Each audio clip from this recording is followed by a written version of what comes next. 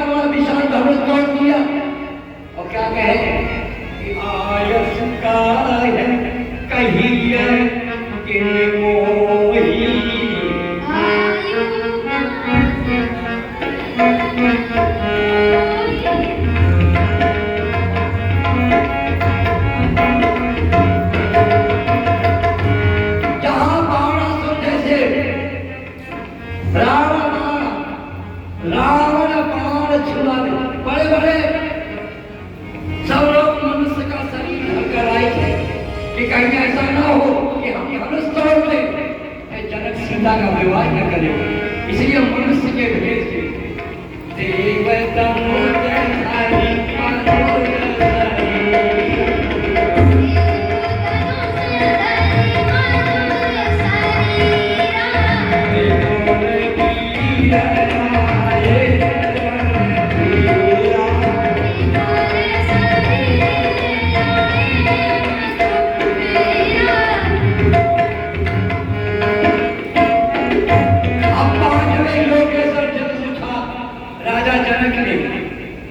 कि संसार में सबसे बड़ा फल कौन है?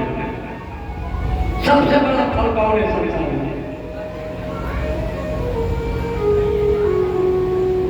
फल बहुत है, लेकिन सबसे बड़ा फल कौन है? ईश्वरं भक्त्यं यत् कुञ्चयनं न सस्वरं यत् फलं अगुणं दुनिया का हर फल कुछ दिनों के बाद घटता, लेकिन यह परमात्मा की जो भक्ति का फल है, परमात्मा से जो जुड़ने का फल है, वो आने देने वाला हूँ अनुग्रह तोरे।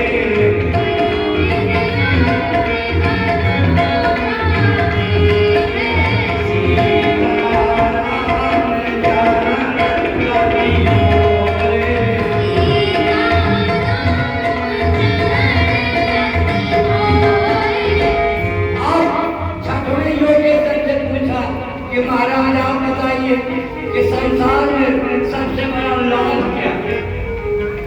कितने लाभ होते हैं और सबसे बड़ा लाभ क्या है? यतस्ततं पदार्थं भौतिक सुखं फलम् परम लाभं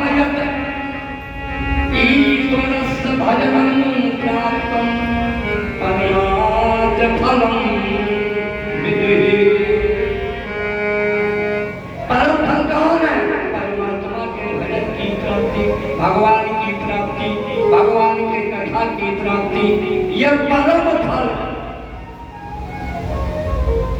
फल वो फल नष्ट हो जाएंगे, ये फल नष्ट नहीं होगा। ये नष्ट करता है पर नष्ट नहीं होता। और पैसा है, टमाटर लाएंगे, अपनों नष्ट हो गया और टमाटरों खा लिया तो नष्ट हो गया। तो ये नष्ट नहीं होता, नष्ट करता जरूर पर नष्ट नहीं होता। ये मारता तो है पर मरता नहीं है। ये पैदा जो करता है तो पैदा नहीं होता। पैदा तो करता है तो पैदा नहीं होता। ये तत्वों से बन तो गया राम और कृष्ण, लेकिन जितने तत्व है उनसे राम और कृष्ण प्रभावित नहीं है। कोई तत्व का पानी कहे कि आज मैं राम को हरा दूंगा तो कहाँ हरा पाए? तो सागर में पुल बना दिया। कहाँ हरा? सागर में पुल बना दिया। क्यों? क्योंकि समर्थ है ना। समर्थ को नहीं दोष है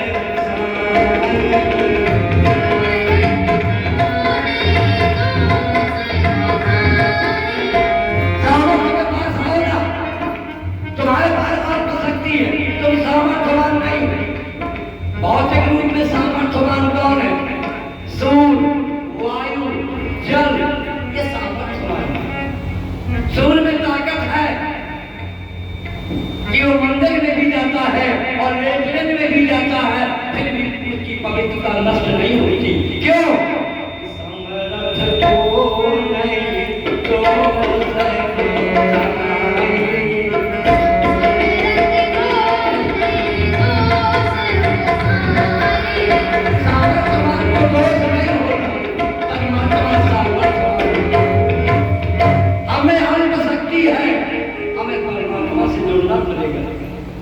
जुड़ना जरूरी है।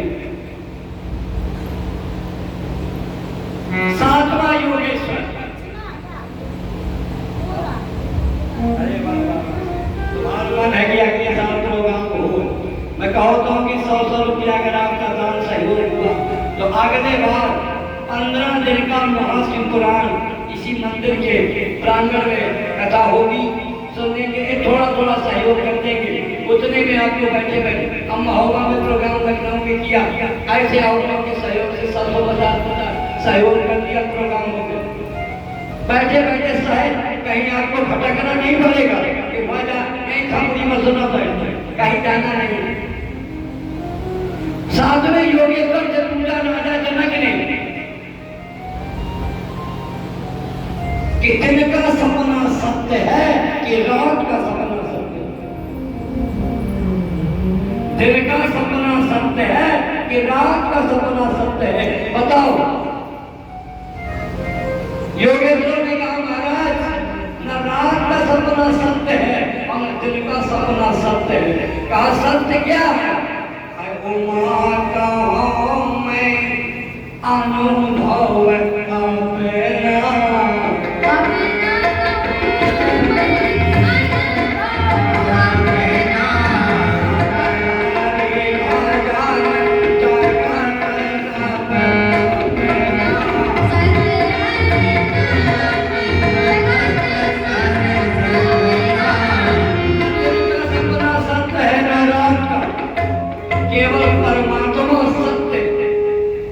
सत्य ही परमात्मा है और परमात्मा ही सत्य है।